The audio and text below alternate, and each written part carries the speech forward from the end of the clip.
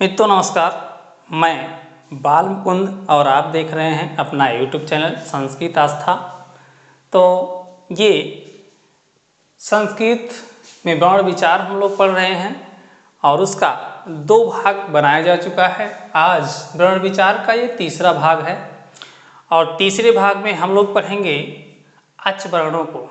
जी हाँ, संस्कृत में स्वर को अच कहा जाता है। जैसे हिंदी में आपने पढ़ा था छोटा आ बड़ा आ से लेकर ए ऐ ओ औ तक, उसको आप स्वर कहते थे। संस्कृत में इसी स्वर को अच कहा जाता है।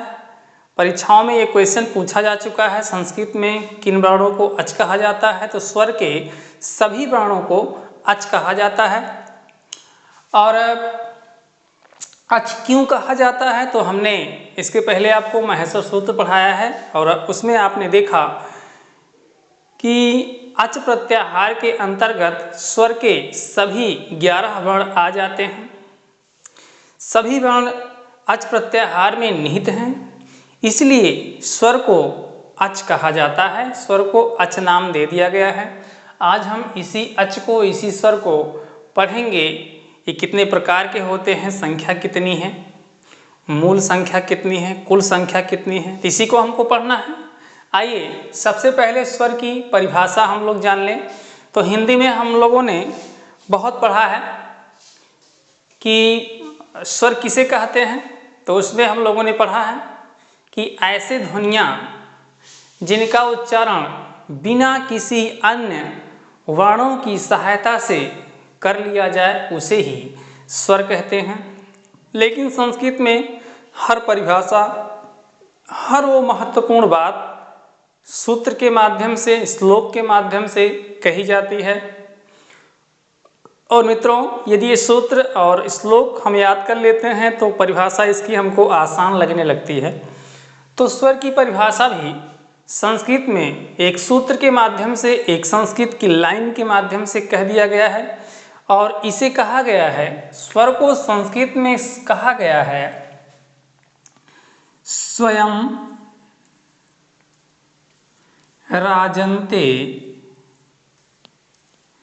इति स्वराः।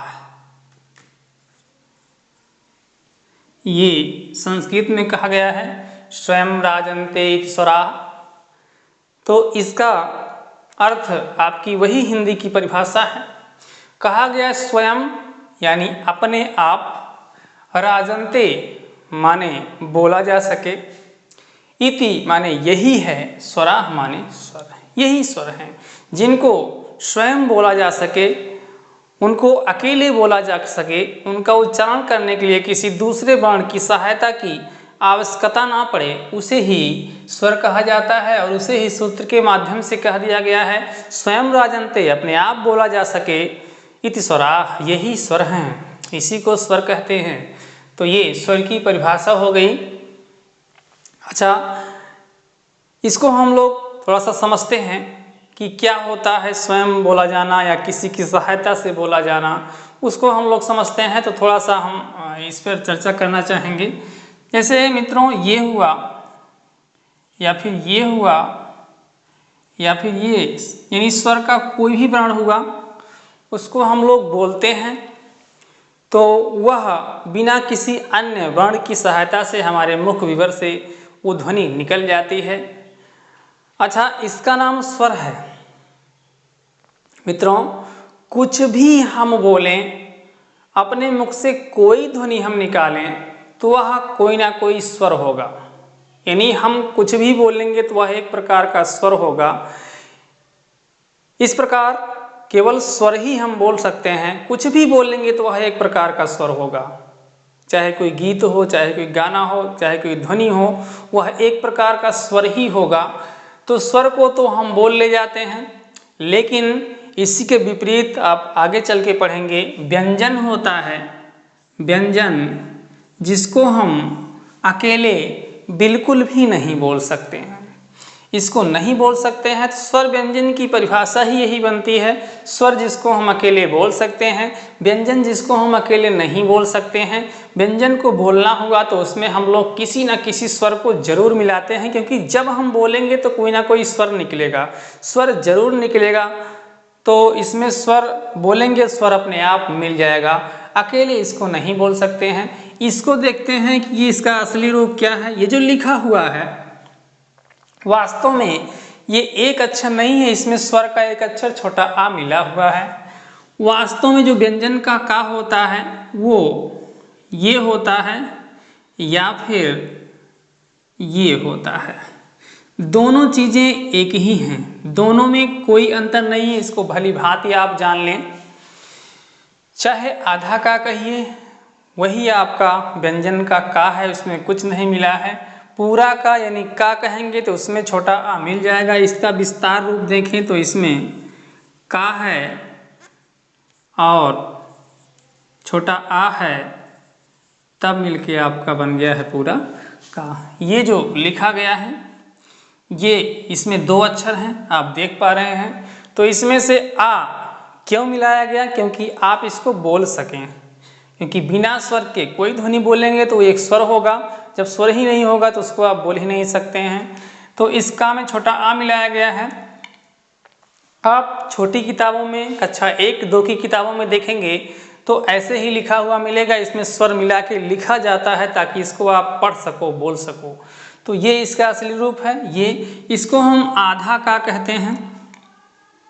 इसके पहले आधा क्यों हम बोलते हैं? क्या वर्ण भी आधा होता है?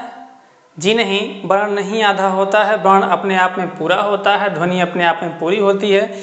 इसको हम इसलिए आधा कहते हैं क्योंकि इसकी मात्रा आधी रहती है। आगे चल के हम लोग पढ़ेंगे कि व्यंजन वर्णों की मात्रा कितनी होती है, तो आधी मात्रा होती है, इसलिए इसको हम आधा का, आधा गा, आधा घा इस प्रकार से बोलते हैं। तो ये तो हुआ इसका रूप। और रही बात इसकी, तो इसमें कुछ नहीं मिलाना पड़ता, ये स्वर है, यही तो हमारे मुख से निकलता है, यही ध्वनि तो हमारे मुख से निकलती है। कुछ भी A to Z आप बोलोगे वो किसी ना किसी प्रकार का स्वर होगा, वो ध्वनि स्वर होगी। बिना स्वर के केवल अकेले व्यंजन आपके मुख से निकल ही नहीं सकता है, आप उसको बोल ही नहीं सकते हैं। तो ये तो हमने समझ लिया। आगे चलते हैं और देखते हैं कि इन अच वर्णों की, इन स्वर वर्णों की संख्या कितनी होती है, किस किस आधार पर। तो सबसे पहले हम लोग देखते हैं कि स्वरों की संख्या कितनी है। स्वरों की संख्या कितनी है? स्वरों की संख्या के बारे में अगर हम चर्चा करते हैं तो मित्रों, जब भी स्वर की संख्या की बात आए और संस्कृत में क्वेश्चन हो तो हम आपको पढ़ा रहे थे, बता रहे थे माहेश्वर सूत्र को। हमने आपको बताया था ये संस्कृत की जड़ है। संस्कृत में आप कुछ भी पढ़ोगे तो सबका ये आधार है, इसी को बेस बना करके, इसी को आधार बना करके आप लोग जानोगे, समझोगे। तो यहाँ भी आपको जब स्वरों की संख्या पूछी जाए तो आप उसी माहेश्वर सूत्र में जाओगे और गिनोगे कितने स्वर हैं, वही स्वरों की संख्या होगी। तो आपने 5 माहेश्वर सूत्र पढ़ा था, जिसमें पहला आयुड़, रीलिरिक एवं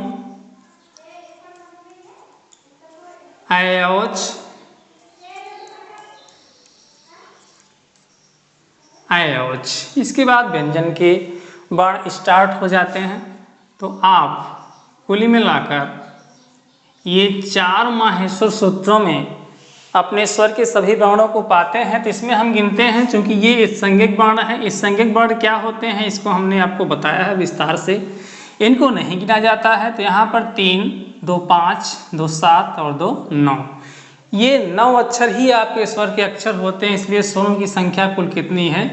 9। संस्कृत में मित्रों, हिंदी में नहीं, हिंदी में कुछ और है, संस्कृत में इनकी संख्या 9 है। 9 संख्या में आपके अक्षर हैं आ, ई, उ, री, लिरी, ए, ओ, ऐ, औ। ये 9 अक्षर आपके हैं, इसमें लिरी एक्स्ट्रा हो गई है। तो स्वरों की संख्या 9 है। अच्छा, बात करते हैं कि मूल स्वरों की संख्या कितनी है। मूल स्वरों की बात करते हैं तो आइए देखते हैं मूल स्वरों की संख्या कितनी है। मूल स्वरों की संख्या, तो मूल स्वरों की संख्या, मूल मीन्स होता है मूल भाग, यानी जो उत्पन्न हुआ हो। तो अगर हम इसमें ध्यान देते हैं कि मूल स्वर कितने हैं, तो ये चारों तो आपके मूल स्वर नहीं हैं, ए या फिर ओ। ये आपके 3 और 2 5, ये 5 स्वर आपके मूल स्वर हैं, जिसमें आ ई उ री री ये मूल है, इनकी उत्पत्ति हुई है, इसमें कोई और अक्षर नहीं मिला हुआ है, ये जन्मा है, इनकी उत्पत्ति हुई है, इसलिए मूल स्वरों की संख्या जो है वो 5 है। आइए जान लेते हैं कि ए ऐ ओ औ को मूल स्वर क्यों नहीं कहा गया। तो ए ऐ ओ औ इसको मूल स्वर नहीं कहा जाता है। क्यों नहीं कहा जाता है? क्योंकि इनकी उत्पत्ति नहीं हुई है, इन्हीं 5 अक्षरों से बाद में इनको निर्मित कर दिया गया है, बना दिया गया है, इसीलिए इनको मिश्रित स्वर भी कहते हैं, संयुक्त स्वर भी कहते हैं। अभी हम लोग देखेंगे कि क्यों ये मिश्रित हैं, किस किस अक्षरों से मिलकर बने हुए हैं। तो सबसे पहले ए को देखते हैं। ए जो है आ और ई से मिलकर बना हुआ है, तो जब इसमें 2 अक्षर हैं तो मूल स्वर ये कैसे हो सकता है मित्रों? इनको बाद में बनाया गया, लेकिन इसकी उत्पत्ति हुई है, बाद में नहीं बनाया गया, सबसे पहले ही उत्पन्न हुआ है, तो ये एक आपका संयुक्त स्वर है। बात करते हैं इस ऐ की। ऐ किससे बना है? तो आ में इसी ए को जोड़ दिया गया है और आपका हो गया है ऐ। तो आपने देखा ए भी ऐ भी दोनों ऐसे अक्षर हैं जो बाद में बनाए गए, कुछ 2 स्वर अक्षरों को जोड़कर। ओ की बात करते हैं तो ओ आ में ऊ को जोड़कर ओ बनाया गया, और औ की बात करते हैं, औ की बात करते हैं तो आ में इसी ओ को जोड़ दिया गया, तो आपका बन गया औ। तो मित्रों हम देखते हैं ये 4 जो वर्ण हैं ये वास्तव में संयुक्ताक्षर हैं, इनकी उत्पत्ति नहीं हुई है, ये जन्मे नहीं है, इनको बाद में बनाया गया, इसलिए इनको मूल स्वरों में नहीं जोड़ा जाता है। तो 9 में से जब इन 4 अक्षरों को निकाला जाता है तो अक्षरों की संख्या, स्वरों की संख्या कुल हो जाती है 9 में से 4 निकालेंगे तो 5 हो जाती है। ये तो हो गई मूल स्वरों की संख्या। आइए संख्या पर और कुछ बिंदुओं पर हम लोग चर्चा करते हैं जो बहुत ही महत्वपूर्ण है। और मित्रों क्वेश्चन यहीं से बार बार आते हैं, यहीं सबसे छोटे छोटे क्वेश्चन बनते हैं जो कभी कभी आपसे गलत हो जाते हैं, तो ध्यान से देखिएगा क्योंकि यहाँ से क्वेश्चन बनने की पूरी संभावना रहती है। आगे हम लोग देखते हैं संयुक्त या मिश्रित वर्णों, मिश्रित सॉरी ये वर्ण तो है ही, लेकिन ये स्वर का वर्ण है, इसलिए यहाँ आप स्वर ही देखेंगे। मिश्रित स्वरों की संख्या, संयुक्त या मिश्रित स्वरों की संख्या। तो आप पहले भी जान चुके हैं कि 4 संयुक्त या मिश्रित स्वर हैं जिनको मूल स्वरों में नहीं काउंट किया गया है, तो इनकी संख्या कुल मिला के 4 हैं। ये 3 पॉइंट आपका संख्या को लेकर है। संख्या से जब भी क्वेश्चन बने तो इसको आप हमेशा याद रखिएगा। संस्कृत में केवल स्वर के बारे में, स्वरों की संख्या कुल 9 है, मूल स्वरों की संख्या 5 है, संयुक्त या मिश्रित स्वरों की संख्या 4 है। तो इसको हम लोग हमेशा याद रखेंगे।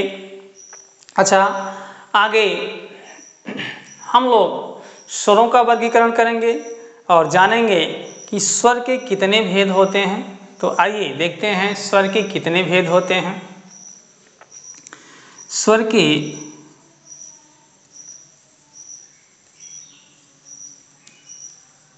भेद, स्वर के भेद। अभी हम केवल स्वर के अक्षरों को पढ़ रहे हैं, अच के अक्षरों को पढ़ रहे हैं संस्कृत में। तो स्वरों के जब हम भेदों के बारे में चर्चा करते हैं तो इसके 3 भेद हैं, कुल 3 भेद हैं। नाम हम लोग इस भाग में जान लेंगे, इसका विस्तार पूर्वक चर्चा हम लोग इसके अगले भाग में करेंगे। तो इसके जो तीनों नाम हैं, पहला है ह्रस्व अच वर्ण, दूसरा है दीर्घ अच वर्ण, तीसरा है पुलुत अच वर्ण। जी हाँ, स्वरों के 3 भाग किए गए हैं, ह्रस्व अच वर्ण या ह्रस्व स्वर वर्ण, दीर्घ अच वर्ण या दीर्घ स्वर वर्ण, और तीसरा पुलुत स्वर वर्ण या पुलुत अच वर्ण। ये 3 भाग किए गए हैं।